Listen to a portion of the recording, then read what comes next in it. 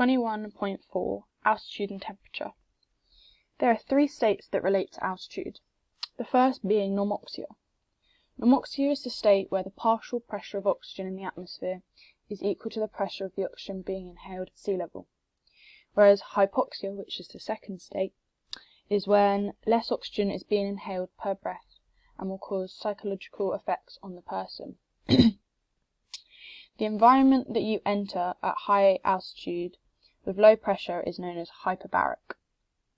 Hyperbaric hypoxia is when you are at high altitudes with low pressure, resulting in less oxygen being inhaled per breath. Examples of this type of environment would be at the top of mountains. Normobaric hypoxia is when there is a normal pressure in the atmosphere, so at sea level. However, less oxygen is being inhaled into the bloodstream. Gaseous exchange at sea level. At sea level, there is the same partial pressure of oxygen in the atmosphere as the oxygen getting inhaled, meaning that the hemoglobin in the bloodstream will be fully saturated with 4 oxygen molecules, as there is a shallow concentration gradient between the alveoli and capillary. This means there will be a high partial pressure of oxygen in the blood. So when the blood gets to the muscles, there will be a shallow concentration gradient between the capillary and the muscle tissue. The oxygen will then diffuse into the muscle, leaving the hemoglobin unsaturated, as it no longer has 4 oxygen molecules attached to it. When this blood returns back to the lungs, it has a lower partial pressure of oxygen, so therefore it maintains the shallow concentration gradient between the capillaries and the lungs. Training with altitude. So when you live at high altitudes but you train at low altitudes, so this would benefit the athlete as they would acclimatise to the high altitude, so they will have an increased red blood cell count. So when they train at low altitudes, they'll feel the benefits as their body will be able to carry more oxygen due to the increased red blood cells. When athletes live high and also train high, it will give the athletes the most amount of exposure to this altitude. If the athlete then plays a match at a lower altitude, they will have an advantage over the other players, as they will have a higher red blood cell count, meaning they can carry more oxygen for respiration. If the athlete lives at a low altitude but trains at high altitude, this will increase the red blood cells in the athlete, as the high altitude means the athlete gets less oxygen, so the body will produce more red blood cells to compensate for this. However, the athletes will have to acclimatise when they train at high altitudes, or they'll suffer from altitude sickness. There are multiple ways to train at high altitudes if you can't go up to a high location such as the top of a mountain. There's a mask specifically designed to limit the amount of oxygen that the athletes will receive.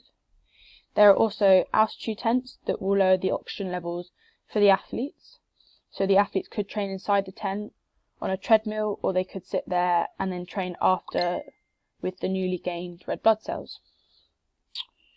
So the method for the test. So for the method, the subjects that were tested were all similar in their ages, but were all of different genders. This will give a wider range of results and means that you can compare them as they share the same variable, which is their age. So investigation methods. So first they would have 10 minutes of rest, then they'd have 15 minutes of cycling in a normoxia state, then they'd also have 10 minutes rest after that, and then 15 minutes of cycling at hypoxia.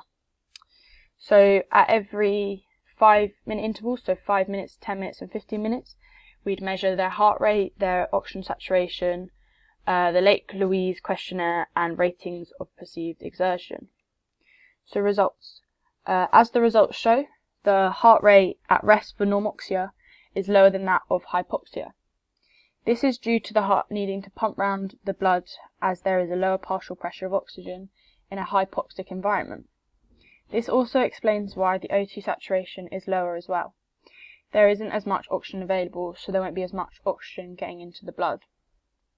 The RP and LL are very similar for hypoxia and normoxia at rest. This is because they're currently not exercising, so won't be feeling any effect of the altitude.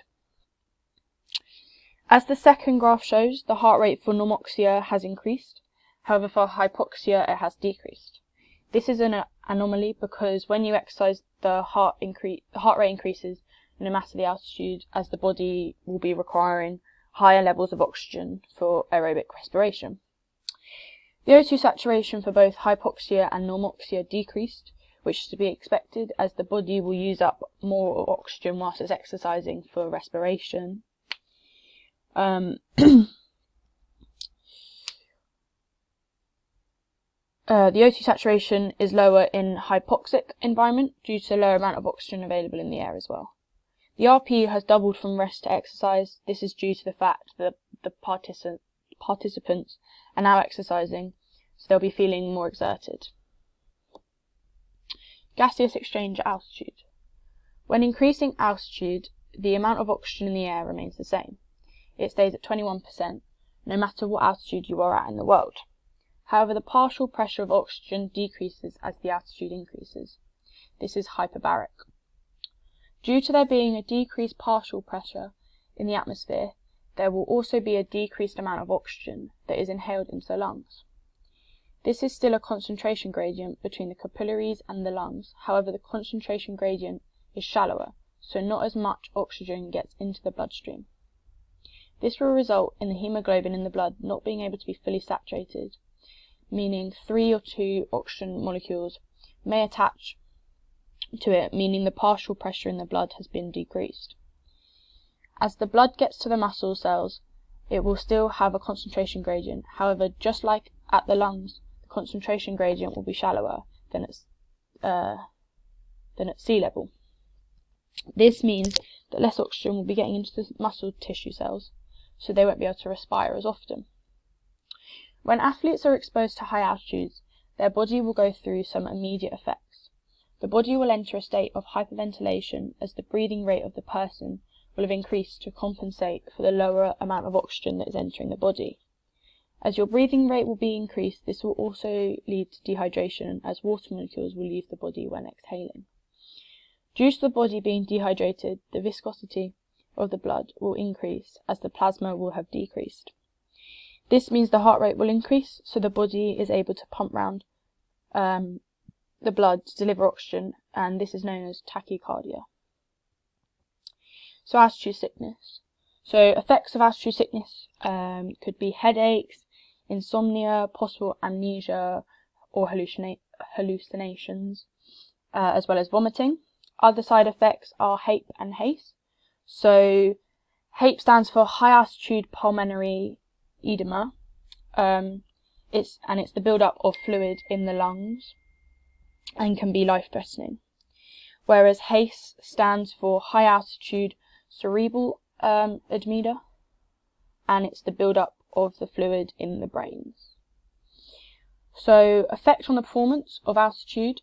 So if an aerobic performer plays their sport at high altitudes, then there will be a decrease in their performance. This decrease will occur if the athlete isn't acclimatized.